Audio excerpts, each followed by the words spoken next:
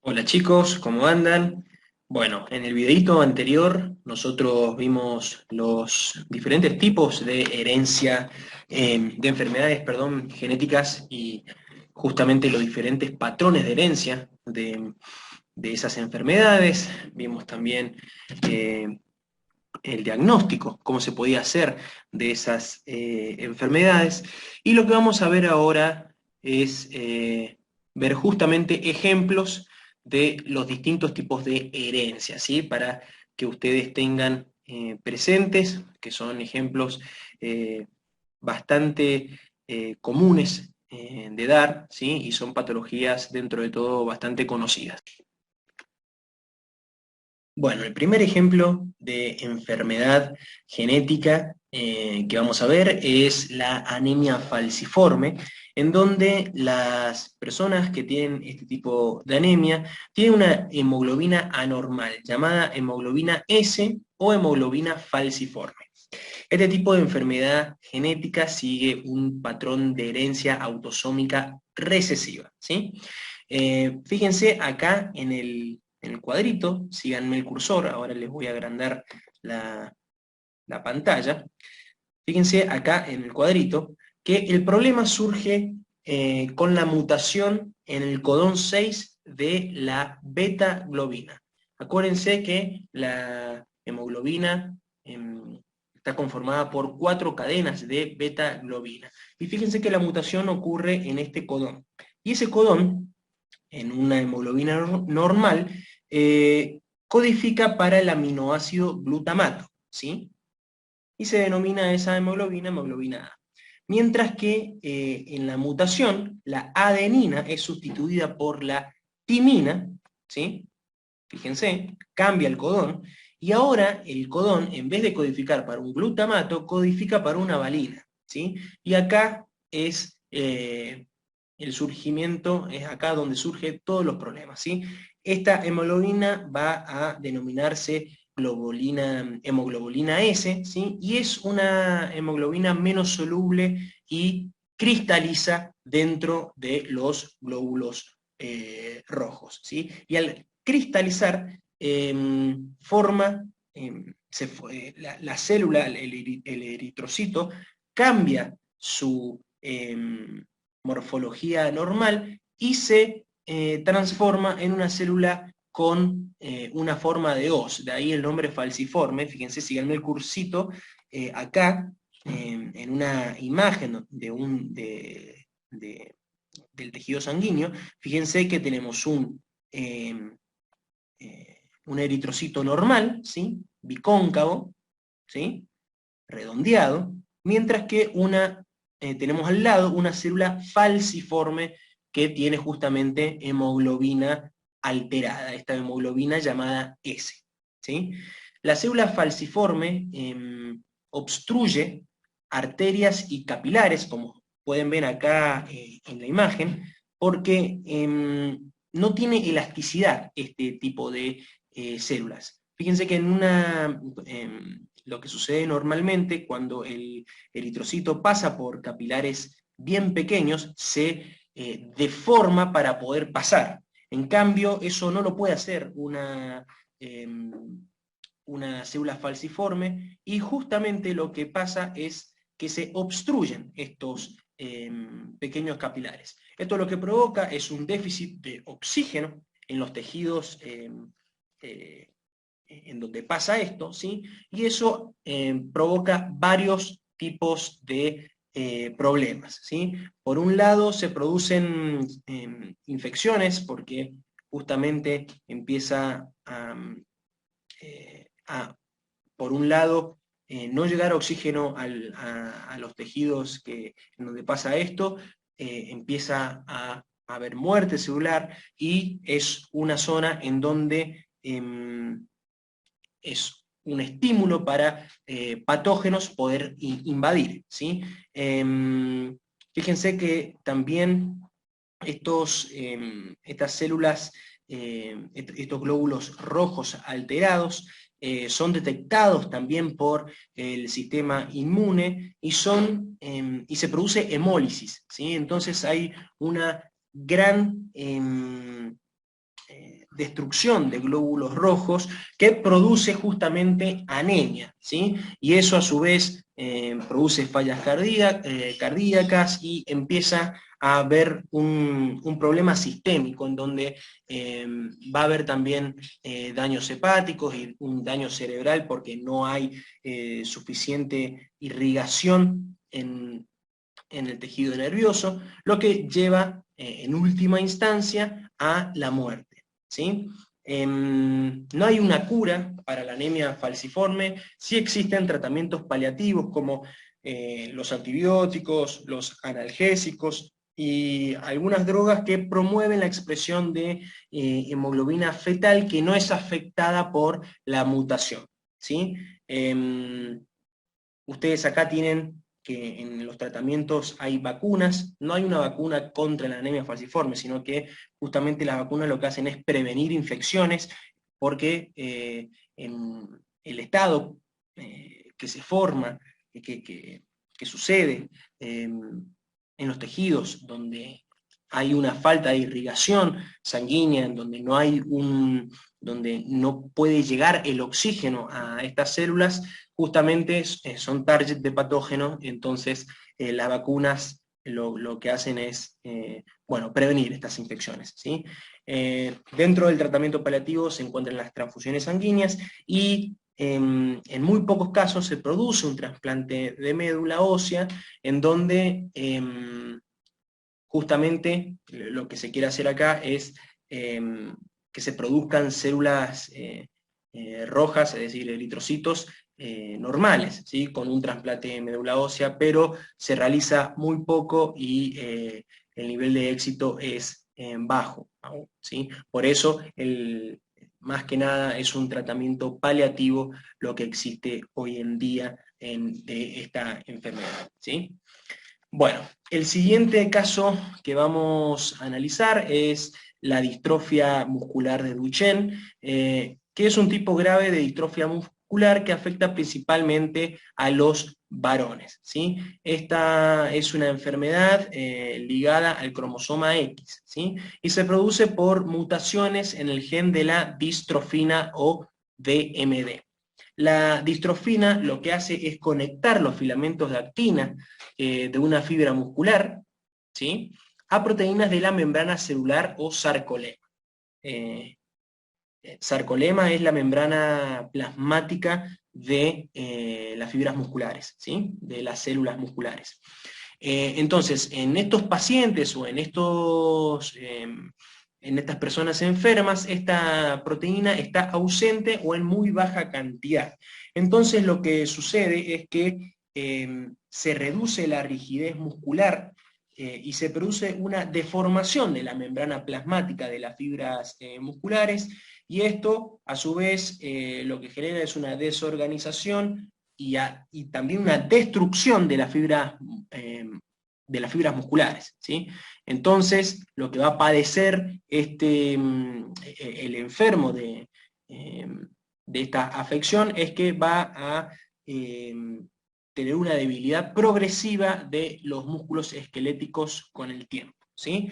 La aparición de esta, para las personas afectadas, ocurre aproximadamente a los 3 años, luego entre los 4 y los 5 años los signos son evidentes, a los 12 años necesita una silla de ruedas, justamente acá fíjense, está el término progresivo, es decir que la enfermedad, la afección va empeorando a lo largo del tiempo, ¿sí? Y a los 20 años aproximadamente se produce la muerte. Se puede hacer o se puede distinguir más que nada este tipo de afecciones debido a un signo de Gowers, debido al signo de Gowers, que es una serie de movimientos característicos que realiza un niño hasta ponerse en posición erecta, ¿sí? Cuando recién están empezando a surgir los problemas o cuando uno todavía no sabe qué le está pasando al niño y después al observarlo ve esta serie de movimientos que es característica de este tipo de distrofia muscular, bueno, justamente se determina ahí que el niño es un tipo de de determinación para poder justamente ver que el niño está sufriendo de este tipo de distrofia muscular, ¿sí? Fíjense que, como tienen acá ustedes escrito, esta afección produce una debilidad muscular en la cadera y muslos, ¿sí? Principalmente, al principio, es en la cadera y en los muslos donde hay un debilitamiento de los músculos, y luego hay un debilitamiento de la espalda y de los brazos también, ¿sí? Que justamente causa debilidad en la marcha y pasos. También se observa una lordosis lumbar, pantorrillas agrandadas, pero débiles, ¿sí? Fíjense que acá en el signo de Gowers, los niños se ayudan con las manos, ¿sí? Empujan los muslos o las rodillas para, en el paso 5, fíjense, para poder levantarse porque justamente tiene una debilidad muscular en las piernas y en los músculos de la cadera, ¿sí? Bueno,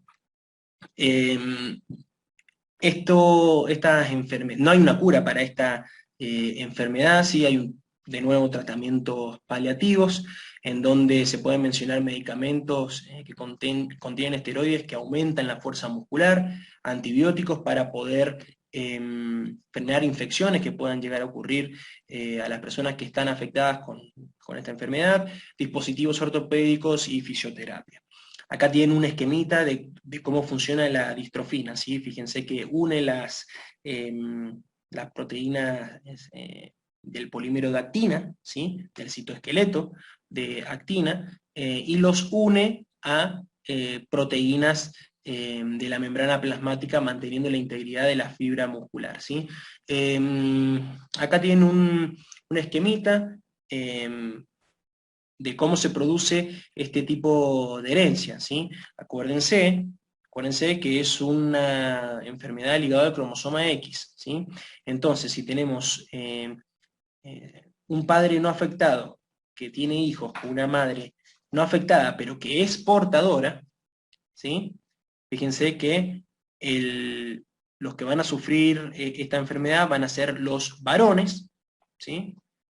Y un 50% de los hijos, ¿sí? De los hijos varones, tienen la probabilidad de desarrollar esta enfermedad, ¿sí? Esto ya lo vimos, si ustedes se acuerdan. A ver si lo podemos ver acá. A ver. Acá, ¿sí? Acá se ve un poquito más lindo, ¿sí? En donde el 50% de los hijos tienen probabilidad de sufrir el trastorno, mientras que las hijas no lo van a sufrir, pero hay un 50% de probabilidades de que sean portadoras, ¿sí? Bien, perfecto. Entonces, con eso dejamos de ver una enfermedad con herencia ligada al cromosoma X, y la última enfermedad que vamos a ver es la enfermedad de Huntington, que es una enfermedad neurodegenerativa progresiva, es decir, de nuevo va empeorando a lo largo del tiempo, ¿sí? Y tiene un patrón de herencia autosómica dominante. ¿Qué es lo que sucede acá en esta enfermedad? Bueno, hay una mutación, un defecto genético en el gen HD localizado en el cromosoma 4. Este gen codifica para la proteína huntingtina, ¿sí? Y es importante esta proteína para el correcto funcionamiento de las células nerviosas del cerebro, ¿sí? Y es una mutación em, rara dentro de las mutaciones que hemos visto ahora. ¿Por qué? Porque este gen de la huntingtina es un gen muy grande y tiene un sector del gen en donde hay unas 10 y 26 repeticiones de un triplete de nucleótidos CAG, ¿sí? Que codifica para el aminoácido glutamina, ¿sí? Entonces una persona normal tiene entre 10 y 26 repeticiones de este triplete, ¿sí? Que va a formar una cadena de glutamina de un determinado tamaño, ¿sí? Ahora, En los alelos mutantes de este gen va a producirse una mayor repetición de este triplete, ¿sí? Más de 36 repeticiones de este triplete ya está asociado a la expresión de la enfermedad, ¿sí? Entonces, fíjense, como tienen acá en el dibujito, tenemos un gen con 35 o menos repeticiones de este triplete de nucleótidos y va a formar una proteína juntintina no mutada, ¿sí? La neurona va a ser sana. Ahora, fíjense que con el gen de la juntintina mutado hay un mayor número de repeticiones de CAG, ¿sí? Va a producir una proteína de mayor tamaño porque va a haber una mayor cantidad de glutamina, o sea, más monómeros de glutamina, ¿sí? En la proteína, y lo que produce esto es una degeneración de la neurona. Luego se produce, en última instancia, la muerte neuronal. Fíjense acá en la derecha también que tienen un dibujito en donde compara un cerebro normal con un cerebro de una persona que tiene esta enfermedad, y fíjense que hay una atrofia del tejido nervioso cerebral y de los ganglios basales, ¿sí? Hay una... cambia la morfología cerebral de estos individuos, ¿sí? Eh, los síntomas de esta enfermedad los podemos dividir en tres tipos. Anormalidades psiquiátricas, en donde la persona va a sufrir múltiples cambios de personalidad y también pueden sufrir esquizofrenia. Trastornos del comportamiento, en donde sin ningún tal vez motivo aparente, la persona puede ser agresiva o puede desarrollar ira o apatía, ¿sí? Y después tenemos alteraciones cognitivas y motoras, ¿sí? Estas personas pueden desarrollar mutismo, es decir, que las personas son capaces de escuchar, pero no pueden hablar. Se puede generar pérdida de memoria, que con otros, sumando a otros tipos de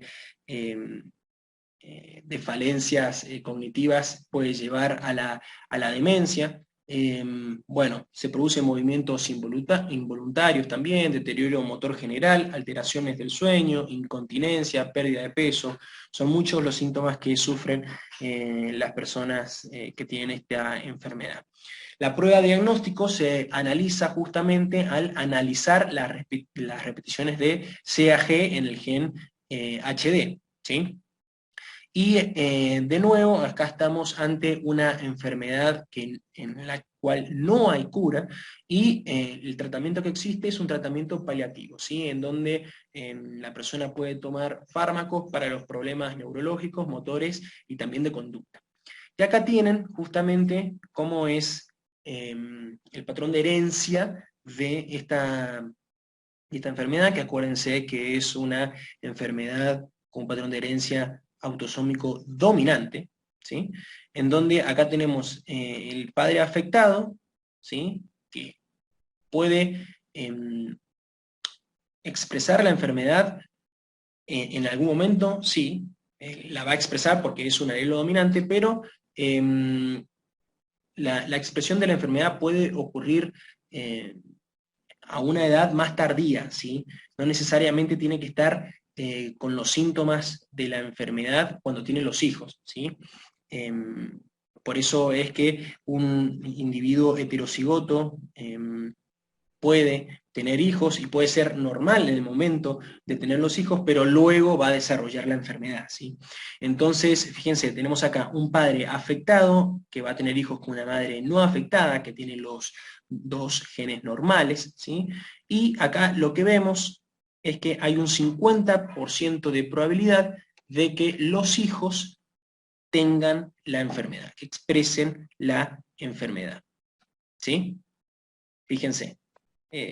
Tenemos acá a dos hijos, la probabilidad es que dos hijos sean heterocigotos, es decir, a ver, mejor dicho, lo digo en mejores palabras, acá la mitad de los hijos tienen la probabilidad de ser heterocigotos, ¿sí? Entonces van a desarrollar la enfermedad, mientras que la otra mitad de los hijos van a heredar los alelos normales, entonces no van a ser afectados por la enfermedad. Y fíjense que es totalmente independiente al sexo, porque justamente los alelos, perdón, los genes que codifican para esta enfermedad se encuentran en un cromosoma autosómico, ¿sí?